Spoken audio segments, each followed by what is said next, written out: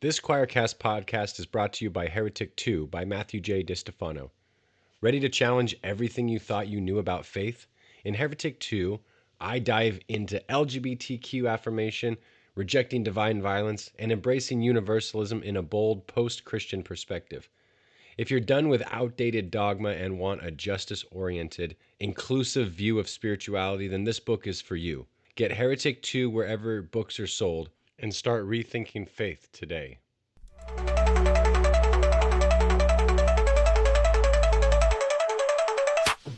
Welcome to the Unbelief Podcast, your journey, actually our journey together beyond inherited beliefs to a spirituality that works for you. I'm your host, Jeremy. I'm a deep skeptic, also a pastor. We can fix that later, right? No? Well, you have made it to another book club episode of the Unbelief Podcast, and today we are continuing with this story of when things were really bad and seeming to get worse, and people were ready for something to change, crying out to God for something to change, and eventually it does. It changes, and it turns out things aren't always easier. Sometimes they're just different, but we haven't gotten to the different yet. Today, we are looking at the ancient spiritual text of Exodus, and we're looking in chapter 4. We ended about the middle of that chapter, and today, man, there is some weird stuff. And I know it probably doesn't have to be said that there is really just bonkers stuff in the Bible, but I mean, there is. And so we're going to start right here into in chapter 4, verse 18, and it says, Moses goes back to his father-in-law after this whole being told by God about how he is gonna, do all of these sort of magic tricks and, speak for God and all of that stuff. So he goes back to his father-in-law, because remember, he grew up in Egypt, and then he moved out. He ran away to try to escape being, I guess, put in jail, maybe executed for murdering somebody. And so he's built a life out in the desert outside of Egypt. And so he goes back to his father-in-law and he says, "Hey, I'm going to go back to Egypt and look for my people and see if they are still living." And then it says that God speaks to Moses again in Midian. It says that God says that go back to Egypt, for all those who were seeking your life are dead. Okay, so he's off the hook for murdering the Egyptian. And Moses gets his wife and his sons, puts them on a donkey, and they go back to Egypt. And Moses carries the staff that has turned into a snake, the staff that is going to be really important in his work. He carries the staff of God in his hands. And then in verse 21, it says, "When you go back to Egypt, see that you perform before Pharaoh all the wonders that I have put in your power." And then it says something that, to me, it just it's not a good look for God. We'll talk about it, but it says, "But I will harden his heart so that he will not let the people go." And every time I have read this verse and the subsequent verses in the story where it says God hardened Pharaoh's heart, I will be honest, it just feels mean. It feels cruel. And it feels like God is subverting the free will of Pharaoh. And that is a plausible explanation for this. So let me just say that, like a plain reading of the text, this English translation, it makes sense. It is one of the options. There is, though, another option, and it has to do with the words that are used here, the specific Hebrew words that are used here, and the way that that culture spoke, the way their idioms worked. So the word here, hard, it means strong or stubborn, heavy, thus unresponsive, hard, severe, obstinate, right?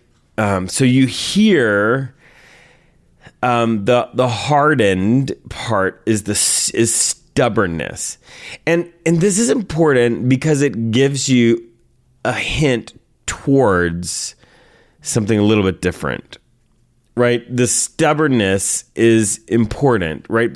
Stubbornness has to do with actions, right? Some people will not act. They will just be stubborn. They will dig in their heels. And that's actually what Pharaoh does in the story. We're going to get there, but he digs in his heels. But the problem here is that it says that God hardens his heart. Now, the other nuance here is the way that the Hebrew people thought of the word heart. For you and I, the word heart in English is generally like the seat of the emotions, right? I love you with my whole heart would mean that I feel very, very deeply for you, right? To say that, like, I feel this deep in my heart, it's like it magnifies the emotions, right? But in Hebrew, that's not what the heart is thought to be. The heart is not the seat of the emotions. The heart is the seat of the will, which in general, people who speak English use the mind or the brain or the head to do that, right? That the head is the seat of the will, the thing that causes the actions, right? The brain, however you phrase it, right? And that adds a little bit of a tweak to hardening Pharaoh's heart. Then there is another aspect that when you sort of combine this all together, it gives you a little bit of a different nuance. I don't think it takes God all the way off the hook, but it is interesting. And that is that the way that Hebrew thought is in the Bible, there is not a lot of people don't pay attention. Hebrew thought doesn't pay attention to secondary causes, right? If God is present, right? If God is in the story, God is the cause, right? And if we do something, we are the cause. If we react, we are the cause of that thing. So, we actually might say when you look at this story, or when you look at a story, that circumstances harden someone's heart, or in this story, circumstances hardened Pharaoh's heart. That God was moving and acting. Moses was there, but it was really the circumstances of his power and the way he thought of himself and the way that these people were integrated into his society and the thought of the really horrible effects of losing all of these slaves, all of that stuff, like that the circumstances hardened Pharaoh's heart. But that actually doesn't make sense as much in Hebrew, according to scholar. I am not this scholar, so let's just be clear. But according to biblical scholars, this is one of the sort of avenues of understanding this. That the secondary causes are not present, and so you wouldn't say that the circumstances harden Pharaoh's heart when God is acting in there. Instead, it's God. God hardens Pharaoh's heart. So, in this reading of it, it does give us something to think about, though. In this reading, with sort of circumstances hardening Pharaoh's heart and God getting the credit for it, we see a person who has allowed circumstances to make him view Israel in a certain way, and that will make him make decisions, dig in his heels in such a way that many, many people will suffer, even his own family, even his own house. Yeah. And that, oh man, that happens, right? I often say that the true things in the Bible aren't true because they happened, but because they happen. And man, that's something that happens for sure, right? The way we allow the circumstances of our life to sort of dictate who we are and what we do.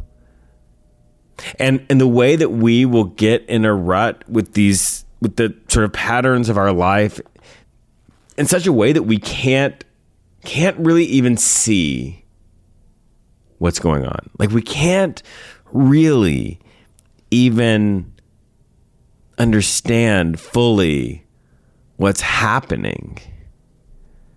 Yeah, we can't see it. And because we can't see, because we were stuck in the rut created by our circumstances, we just plow ahead in the ruts. And when an opportunity presents itself, or even even when it's an opportunity to forego pain, or an opportunity of something that might forego pain for other people, we get so tunnel vision. We get so stuck in the rut of our circumstances that we don't do it. And when someone says, wait, what are you doing? Like, you are about to make a decision that, like, that's not going to, that could hurt some people, that could make some people really, really have a hard time. We say, no. This is the way it's got to be. We've fixed our mind in this rut that we have created, that has been created by our circumstances, but also by us allowing our circumstances to sort of dictate and give direction to our lives, right? And we move forward with this decision that is a bad decision. And it hurts people. It may hurt us. It may hurt our family. But we move forward with this decision because we've dug in our heels. We've hardened our heart. Or I think maybe we've participated. We've partnered with our circumstances to harden our heart. Yeah. And what we have to do in that circumstance, what we have to do in those settings is to try to be open to change, to try to be open to something different, to try to actually listen, and cultivating a pattern, a perspective, an orientation of openness to change, of openness to new idea, to cultivate this pattern of life and of living in the world that does not focus on getting stuck in ruts, right? That does not get ruled by our circumstances. That may be one of the most difficult and also long-term rewarding things we can ever do for ourselves. To allow ourselves to break out and not be ruled by our circumstances. Man. To listen to other people and to deeply consider what they say. And when they say, like, don't do this, I know that it feels like, based on your circumstances, that this is the right decision. No, don't go there. Don't do that. Being able to be open to that, to listen to it, to deeply consider it, man, that is this supernatural power to change. And it's hard. It's hard to cultivate. And for a lot of people, this supernatural power to change, to be open like that, man, they'll talk about it in mystical terms, right? Being open to the universe, open to the leading of the Holy Spirit or God or whatever. Yeah, because it's so unusual. It's so against the typical patterns of our culture and our minds that it requires weighty, mystical, spiritual words. All right, so back to the book. We are in chapter 4, verse 22. After it talks about hardening Pharaoh's heart, it says in verse 22, "Then you shall say to Pharaoh, 'Thus says the Lord, Israel is my firstborn son. I say to you, let my son go that he may serve me. But you refused to let him go. Now I will kill your firstborn son.'" So right now we are getting this like protective parent combined with the extra importance in this culture of the firstborn son. So the firstborn son in this culture is the son that is responsible for taking care of the family after the father dies, right? All of the property ownership, all of that. This is a very patriarchal culture. All of that is in the male, the lead male, and then that is passed down to the firstborn son. So the firstborn son has this like extra role, extra weight to them. And so when God says, Israel is my firstborn son, it's giving an even heavier weight to what Pharaoh has done. Also interesting is that it kind of implies, again, it's an implication. It's not a direct statement, but it implies that God might have other sons, right? That Israel might be a son of God, but that there might be other sons of God, but that Israel is his firstborn son, the most important, the one that's most responsible for carrying God's sort of legacy out into the world. And this is important because in this part of the Bible, when you read it, there is just a recognition that there are multiple gods, right? It's not really up for debate. There's not any sort of strict monotheism enforced here, right? In this part of the Bible, there is this recognition of other gods. And so this one, it's just, I don't know, it's an interesting aside to say that God's saying that Israel is God's firstborn son, instead of God saying that Israel is God's one and only son. It's a difference. It's a choice, right? And it implies something there, even though it doesn't state it explicitly.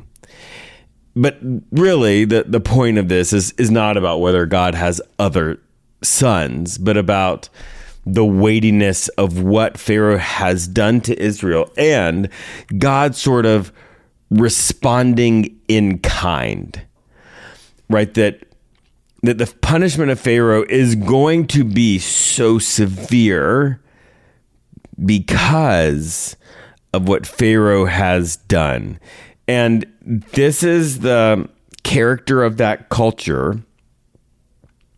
We've talked about it before. The law is characterized by an eye for an eye, a tooth for a tooth. If I punch you in the eye, you get to punch me in the eye.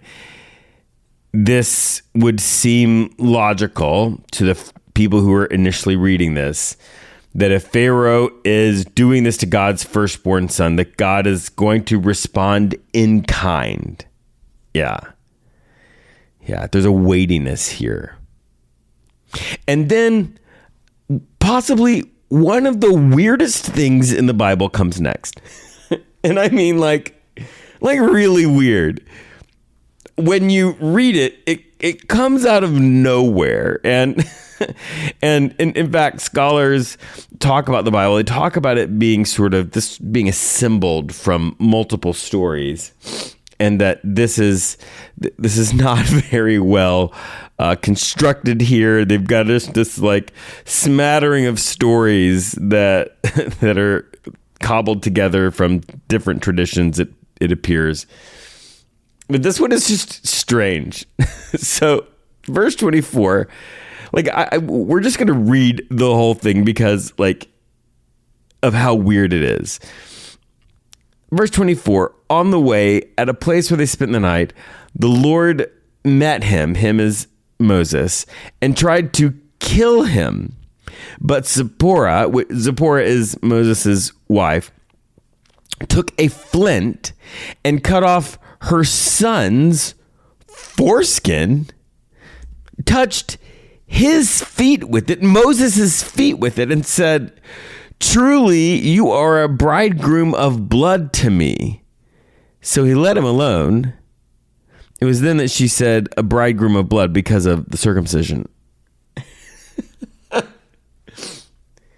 mean, it's weird. The ending is especially weird if you're just reading it like wait a second, like why did we have to have this story about her using this phrase, "a bridegroom of blood"? It seems a strange thing to feel important.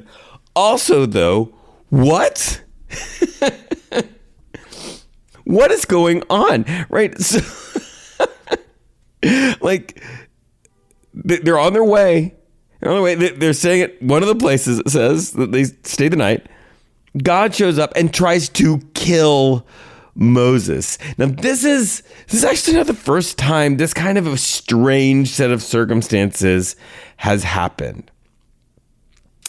In the book of Genesis, which is the book just before this one, that sort of is the story of beginnings.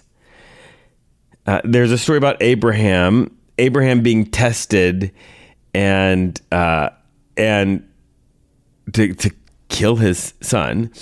A story that for some reason is often told to children, but never should be. There's also a story of God wrestling with Jacob and like injuring Jacob in this wrestling match. And this motif, I don't know, it's a very ancient wrestling with God story. It's this really old way of imagining someone's story with God, their life with God. And this one is rooted in circumcision. So all the Jewish males had to be circumcised. when they were a child. This has been going on ever since Abraham. And Moses is not. He grew up in the Egyptian household. Now, some Egyptians were partially circumcised, but he would not have had a full circumcision. And this is a very, very essential, very central part to the way that the Jewish people believed that they were being claimed by God, that they were part of God, made part of God's family. And so this is this real problem. Now, they're on the way. Moses, God shows up, and Moses is sort of unavailable at the moment because God's trying to kill him, and his wife realizes this is about circumcision. We don't know why, but so she circumcises her son, and that's not Moses, right? Moses is not the one being circumcised, but there's this almost sense of magic to the circumcision, that the circumcision does something in the spiritual realm to someone that makes them part of God's family. And so she circumcises his son, but that's not Moses. The magic of that has not been applied to Moses. And so that's why she takes the foreskin and touches it to Moses' foot. It's like transferring the magical power of that moment into Moses. Yeah. So that's the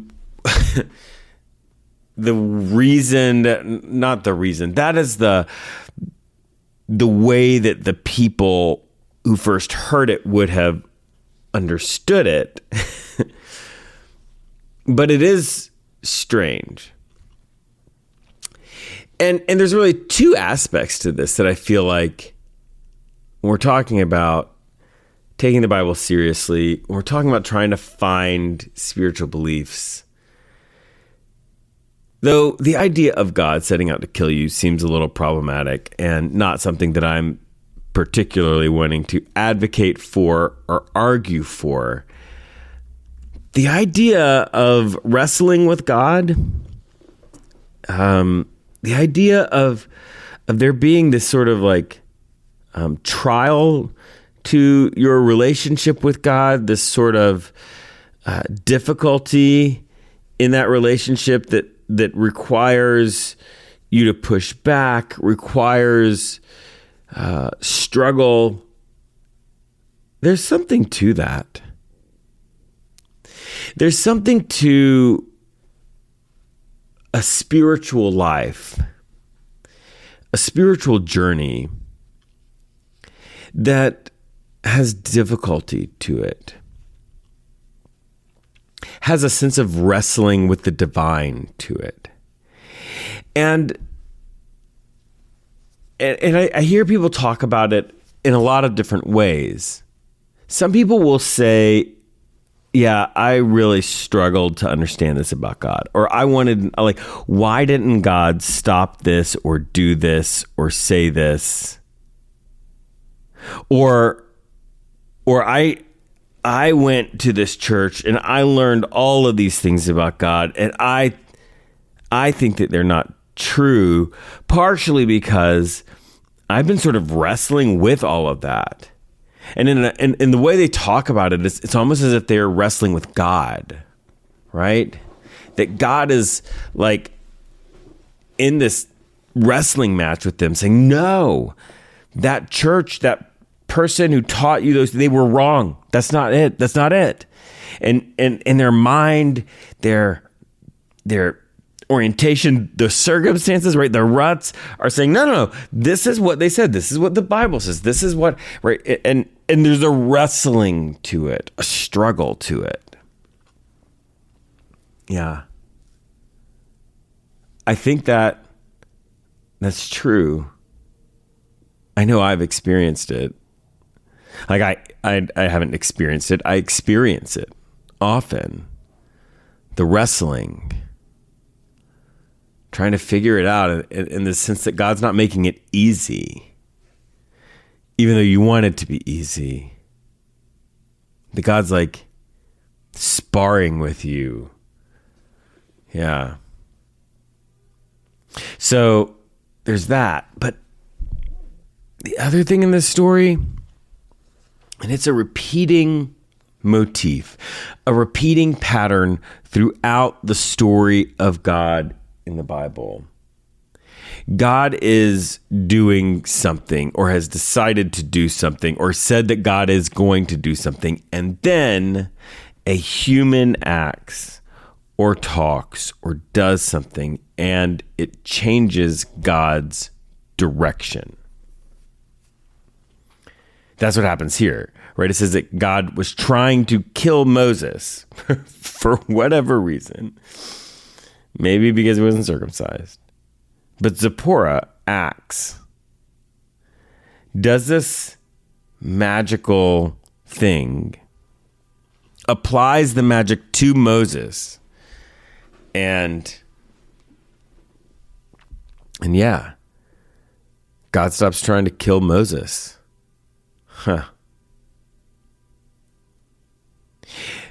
But this idea and this way of thinking about it it's not just magical. It speaks to an ability of God to really engage in relationship. That when the Bible talks about God being in a relationship and using relationship terms like God being our parent or God being our friend, that it is actually a full, real relationship. Because real relationships, like full relationships, are relationships that are open to giving and receiving change. Relationships change you, change your decisions, change your actions. And if a relationship is not doing that at all, then it's probably not a full relationship.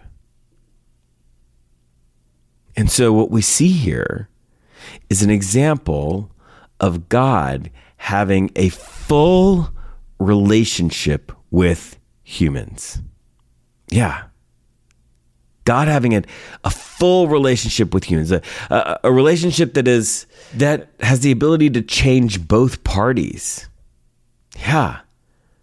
I love that. I love that because in the places that I grew up, God wasn't talked about like that. When the relationship with God was talked about, it was almost like a story of brainwashing, right? God said, was all of these things, and humans just listened and did what God said. There wasn't a pushback. But here we really get that, right? Zipporah changes the direction of things, changes the direction of God. Now that is interesting. So, verse 27, the Lord said to Aaron, "Go into the wilderness to meet Moses." So he went, met him at the mountain of God, and kissed him. It's just, I love this beautiful interaction between Aaron and Moses. It is so sweet. It is so tender, right? You have Moses and Aaron, his brother, reuniting with this affection that, I don't know, it's just a little bit, right? The writer is giving you it doesn't matter, right? Like exactly, like why do you add the kid? Like it's just beautiful. And then Moses tells Aaron all the things that God had told him, right? The things to say, the signs, the thing that God had charged him with, and that like also Aaron you're going to have to say all these things because I'm too scared to. You know that I have a speech impediment. And there's not the same, you don't have the same back and forth between Moses and Aaron as you did between Moses and God. God asked Moses to do all these things. Moses is like, but this, but what about this? But what about this? But I have a speech impediment. Like, what? It's just as Moses tells Aaron, and then they assemble all the elders of the Israelites. Yeah. They assembled the elders of the Israelites. It says, Aaron spoke all the words that the Lord had spoken to Moses and performed the signs in the sight of the people. Now, again, we talked about secondary causes. This is one of those places where it may be implying that Moses told Aaron, and then Aaron said the things, and then Moses, that Moses was the one sort of acting, but again, we're not going to get that kind of nuance here. And then in verse 31, it says something really cool. It says, the people believed, and when they heard that the Lord had given heed to the Israelites, and that he had seen their misery, they bowed down and worshiped. Right after Moses and Aaron has thrown a staff down that has turned into a snake and picked it back up, right? Like, the signs have happened. After all of that, at the end, when it talks about people making a decision, I guess, to support them, like, it doesn't even mention Moses and Aaron. It's all God. They heard that the Lord had heard their cries, and they worshipped. And I think for me, this is sometimes one of the hardest things for me. As I've said many times, and at the beginning of every podcast, I am a deep skeptic. And so for me, it is really hard to attribute some things to attribute things to God's actions. I always want to find another explanation. I always want to say that it's something else and it's not God. But if we are going to be spiritual people, if you are going to believe in God or the universe or the divine or whatever it is, it's, in most religious expressions, going to be an active agent in the world. And so looking for things and attributing them to God is part of that. And for me, and I don't know if you're this way, if you are also deeply skeptical, sometimes the best I can do, actually most of the time the best I can do, is sort of do like this. Right, where somebody did something and I sort of attribute God as inspiring them to do the thing, right? That the action was fully their action, that the words were fully their words, that they had free will, that it wasn't like God like zapping them into doing something, but that God was sort of the inspiration, or maybe the thing that like empowered them to do something, gave them the like personal resources that they didn't have, that they needed to do the thing that I'm attributing to God. That's how I solve it for myself sometimes. Not sometimes, a lot of time. And then it says they worship God. And what's going to come next is really hard. Worship is a sort of celebration. And from here until the end of all the really hard stuff, there's not another celebration. The next time they worship won't be until Passover night. We're going to get there. But I'm sure that they had a sense that things might not be easy. I doubt that they had any idea what was in store. That when they agreed to take this path with Moses and Aaron, that they were agreeing to go down some really hard things, some really hard roads. And in that moment, I bet none of them knew that this was the last celebration before they got to the other side of that really hard stuff. And I, here at the end of this episode, I want to encourage you to savor things this week. That this week you would realize that there are things happening in your life that may be the last time they happen for a while. Things may get really hard and you're not going to have that experience for a long time. You're going to have to go through a bunch of stuff. And so right now, when the good thing is happening, don't get distracted from it. When you are in the midst of the fun or the enjoyableness or the love or whatever it is, don't get distracted by your phone. Don't get distracted by the next task that you're supposed to do. Let it go. Let those ships float down the water of your mind and be fully present. Because I imagine there were people that were worshiping that night that were not there and regretted not savoring that moment. Yeah. So this week, savor it all. When something good happens, just pause and be in the goodness. Because you never know when the plagues are about to come.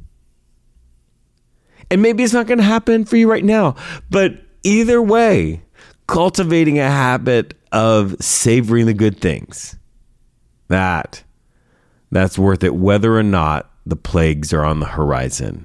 You know, when things get hard, having a community of people who is there for you, who is supporting you, who is helping you process the spiritual side of that is just, it's everything.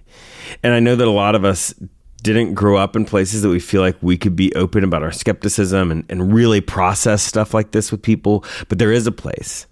We call it Not Church. It's a Discord group.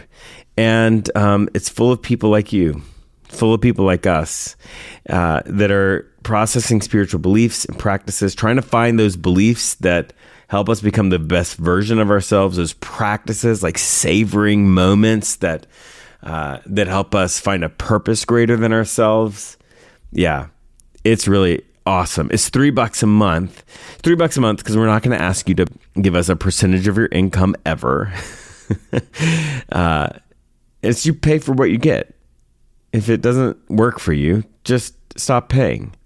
You can find that though at patreon.com/skepticpastor. That's patreon.com/skepticpastor. You can sign up for Not Church there. It's amazing.